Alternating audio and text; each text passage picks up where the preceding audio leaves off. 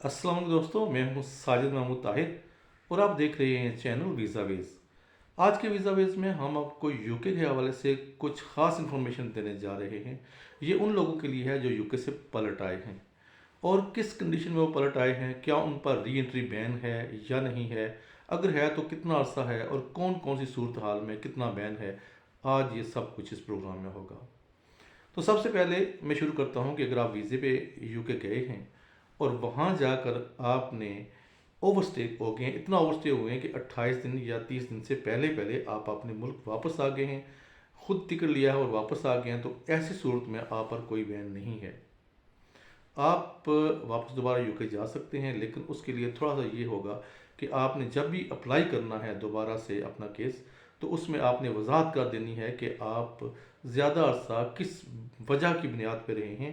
और अगर ज़्यादा अरसा रहे हैं तो वो जो ज़्यादा अरसा प्लान से बढ़ चुका था, फ़र्ज़ करें आपने कहा था कि आप 5 महीने रहेंगे, मैं जस्ट लाइक इतना कह रहा हूँ, लेकिन 5 महीने में आपका बेशक वीज़ा ख़त्म हो गया, 6 महीने में ख़त्म हो गया, उसके बाद भी आप जो है ना वीज़ा ख़त्म होने के बाद 28 दिन रहे हैं, तो वो अखराजात जो थे वो एक्स प्लान के अलावा जो गवर्नमेंट ने या एम्बेसी ने देखा था कि इनके पास इतने अखराजात ये मीट कर सकते हैं, उससे एक्स्ट्रा जो टाइम आप वहाँ पे रहे हैं वो अखराजात आपने कैसे मीट किए हैं, इससे भी इसकी वजाहत भी करना बहुत ज़रूरी होता है। तो एक कंडीशन ये है कि आपने वॉलंटियरली मुल्क छोड़ दिया, आप किसी भी सूरत हाल में थे, आपने वॉलंटियरली कंट्री छोड़ा है, आप अपने पर्सनल एक्सपेंस पे आए हैं, यानी कि ज़ाती आपने अखराजात किए हैं, आपने टिकट खरीदा और आप वापस आ गए हैं। होम ऑफिस के किसी रिकॉर्ड में आप नहीं है, ना कभी डिटेन हुए हैं, ना कोई ऐसा उसके साथ आमना सामना हुआ है, तो फिर आपका बैन 12 महीने के लिए है, यानी कि 1 साल के लिए बैन है। अगर आप पब्लिक फ़ंड पे आते हैं, सूरत हाल यही है, आपने वॉलंटियरली छोड़ा है लेकिन आप पब्लिक फ़ंड पे आए हैं। अब पब्लिक फ़ंड पे आप कैसे आएंगे? डेफिनेटली आपने अपनी कोई एप्लीकेशन लॉन्च की होगी, उसमें ये हो सकता है कि आपने ह्यूमन राइट्स पे की हो सकता है कि आपने एल टी आर जो है वो आपने इस सूरत में की हो कि आपने असाइलम के लिए की हो, या आपने वहाँ पे कोई ऐसा शादी का सेटअप बनाया हो। किसी भी सूरत में जब वो आपकी एप्लीकेशन फर्ज करें रिफ्यूज़ हो गई है, या फिर आपकी अपील चल रही है, या आपका एडमिनिस्ट्रेशन रिव्यू चल रहा है, वो सिस्टम जो है वो अभी आपको रिमूवल ऑर्डर या डिपोर्टेशन ऑर्डर नहीं हुआ है, अभी आपका केस चल रहा है। इस दौरान आप वॉलंटियरली वापस मुल्क आते हैं और पब्लिक एक्सपेंस पे आते हैं, तो फिर आपको सिर्फ 2 साल का बैन है, जस्ट लाइक 2 ईयर्स ना। 2 साल आप वहाँ पे री इंटर नहीं हो सकते, दोबारा नहीं जा सकते। 2 साल के बाद आप फ्री हैं, अब दोबारा से नए सर्कमस्टेंसेस या पुराने सर्कमस्टेंसेस के साथ उनमें मज़ीद वजूहत बयान करके दोबारा जा सकते हैं।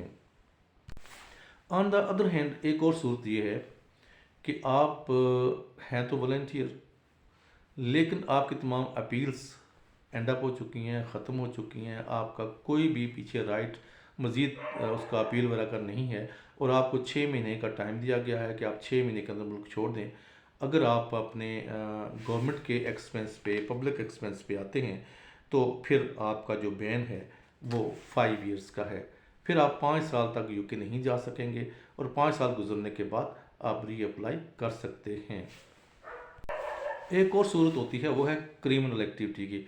खुदा न खास्ता आपका किसी से झगड़ा हो गया है या किसी भी क्रिमिनल एक्टिविटी में इन्वॉल्व हो गए हैं, आपका होम वायलेशन का केस आ गया है, किसी किस्म का कोई ऐसा जो सेक्शन 22 क्रिमिनल एक्ट जस्टिस है, उसका क्या कहते हैं 2003, उसका जो है ना एक्ट, क्रिमिनल एक्ट 2003 के सेक्शन 22 के तहत आपका अगर वहाँ पे क्रिमिनल एक्टिविटी में रिकॉर्ड मौजूद है, तो फिर आप 5 साल के लिए बैन होंगे, इससे ज़्यादा आप बैन नहीं होंगे।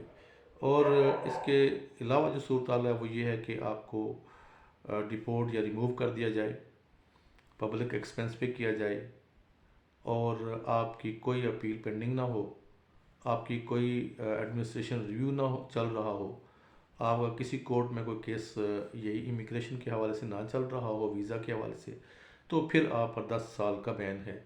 फिर आप 10 साल वापस यूके नहीं जा सकेंगे। 10 साल के बाद फिर आप वापसी की अटैम्प्ट कर सकते हैं। और एक है एंट्री क्लियरेंस ऑफिसर के हवाले से भी बात कर लूँ। अगर आपने अपनी वीज़ा एप्लीकेशन के अंदर कोई ऐसी फेक डॉक्यूमेंटेशन की है, जो बेशक आपको वीज़ा भी मिल गया हो, आपको वहाँ पे आप पहुँच भी गए हों, या फिर आपको ये एंट्री क्लियरेंस ऑफिसर है, ये भी फेक डॉक्यूमेंट प्रोवाइड करने के जुर्म में आपको 10 साल तक बैन कर सकते हैं। उसमें भी आपको अपील का राइट नहीं है, लेकिन फिर भी आप उसके अंदर जा सकते हैं। ऐसी मुख्तलिफ सूरतें हैं कि आप जजमेंट में जा सकते हैं और आप अपने हक़ में फ़ैसला ले सकते हैं अगर आपका कहीं पे जुर्म नहीं है। लेकिन अगर आपके डिसेप्शन साबित हो चुकी है, आपने ना सिर्फ आपने कोई भी डॉक्यूमेंट फेक नहीं लगाया, लेकिन जब आपने एप्लीकेशन की तो उसके अंदर कुछ आपने झूठ बोल दिया। मिसाल के तौर पर आपने ये किया कि आप पहले 10 साल पहले आपने अप्लाई किया था यूके का वीज़ा, तो यहाँ आपने लिखा जी मैंने पहले कभी नहीं अप्लाई किया, या आपने नाम चेंज कर दिया है, डेट ऑफ बर्थ चेंज कर दिया और कहा कि मैंने कभी अप्लाई नहीं किया। होम ऑफिस एम्बेसी ने ट्रेस कर लिया कि आपने पहले अप्लाई किया था, तो फिर आराम से आपको 10 साल के लिए बैन कर देगी और आप 10 साल तक यूके जाने की पोजीशन में नहीं होंगे। उम्मीद है कि आपको आज की इन्फॉर्मेशन पसंद आई होगी। Thank you so much. Allah निगहबान।